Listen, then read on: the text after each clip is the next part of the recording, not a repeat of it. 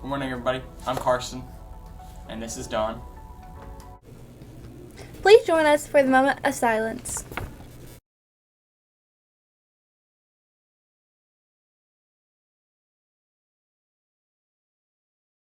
Now for the Pledge of Allegiance. I pledge allegiance to the flag of the United States of America and to the republic for which it stands, one nation, under God, indivisible, with liberty and justice for all.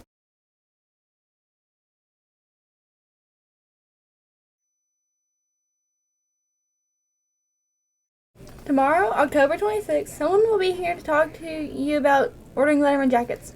Letterman jackets are available to purchase for juniors and seniors that are athletes or in band. Be sure to pay for your Treat Your Boo by Wednesday. This week is Red Ribbon Week. The themes for this year is Drug-Free Life Looks Like Me.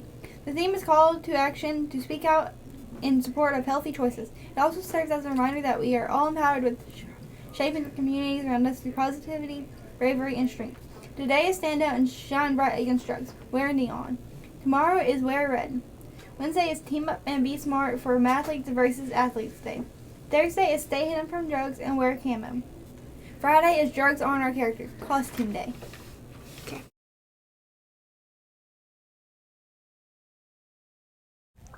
What's up, guys? Carson Radar Riley here with the weather.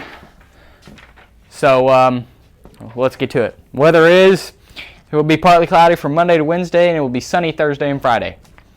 This week's forecast shows that the high will be in the mid to high 80s and mid to high 70s, and the lows show that it will be high in the mid 50s and high in the mid 40s. So that's the weather and the forecast for this week. This is Carson Radar Riley with the weather. Okay. I'm out. An 8-year-old who mysteriously died after eating Halloween candy.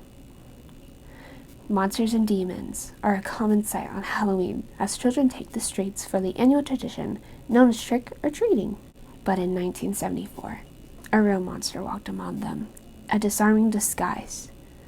A father, Ronald O'Brien, is today remembered as the man who killed Halloween. He earned the nickname, as well as another, the Candyman, by murdering his own son, Timothy, 8 years old, with a cyanide-laced treat. Although the holiday stretches back to children in costumes going door to door and asking for sweets, it's relatively recent, only about a century old. The tradition was firmly established by the 1950s. Along with trick-or-treating rose another phenomenon, panic, about people slipping poison, razor blades, pens, and other instruments of destruction into the goodies. Most of these horror stories have been proven just myths, but O'Brien is the one documented case that is cited when talk turns to killer Halloween candy. O'Brien, then his 30-year-old wife, Diane, and 2 children, Timothy and Elizabeth, started Halloween evening with a meal at home with another family, Jim Bates and his wife and children, in Texas. After dinner, the 2 dads left the house, escorting the 3 children, Bates' son and O'Brien's son and daughter. Out into a drizzly night, the annual candy hunt. One house along the route was dark, but the children still rang the doorbell. There was no answer, so they moved on. O'Brien lagged behind and then, moments later, came running to catch up. He was waving 5 giant pixie sticks, 22-inch straws filled with flavored sugar. He told the kids it was their lucky day because rich neighbors were distributing expensive treats. Each of the 3 children on the walk got 1 pixie stick. Later, O'Brien gave the 4th to Bates' other child, a 5-year-old daughter. The final pixie stick went to a trick-or-treat visitor who rang the doorbell at Bates' house. Back at their home in Deer Park, Texas, O'Brien told the children they could each have 1 treat before bed. He chose the pixie stick, but he stopped after the first taste, saying it was bitter. Timothy's dad offered him Kool-Aid to wash it down. Moments later, O'Brien heard the boy crying, "Daddy, Daddy." It seems like it wasn't long before he was complaining of his stomach hurt, and he didn't feel good. He was bent over vomiting, and I was holding him. Then he just went limp. O'Brien told the Associated Press. We thought we were so careful. We had even wondered if we should go trick-or-treating this year. There isn't going to be any more trick-or-treating for us. An autopsy found enough cyanide in the boy's body to kill 3 grown men. Examination of the pixie stick showed that someone had opened the tube and replaced some of the candy with poison, and the tube had been stapled shut. One of the children who had gotten a tainted pixie stick had been tempted, but fell asleep before he managed to pull out the staple and eat the candy.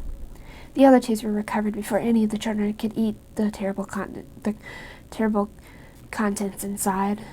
Police became suspicious of O'Brien's story, especially after he offered his version of how he came into possession of these deadly treats. He said that he rang the doorbell. At a dark house, a man thrust the 5 pixie sticks at him.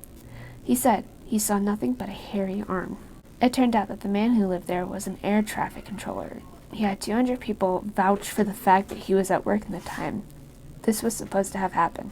Detectives delving into O'Brien's background came up with some startling facts.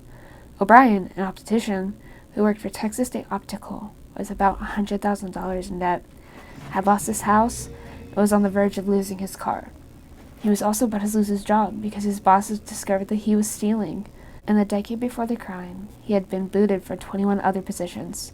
To top it all off, investigators learned that he had taken out $60,000 in life insurance on his children. Police were suspicious that O'Brien had planned to kill his kids before the insurance money. I don't like pumpkin spice, so I prefer apple cider. I prefer pumpkin spice over apple cider. I prefer pumpkin spice. I prefer pumpkin spice. Pumpkin spice or apple cider? Yeah, apple cider. Put your yes. saxophone up. Apple cider. Apple cider.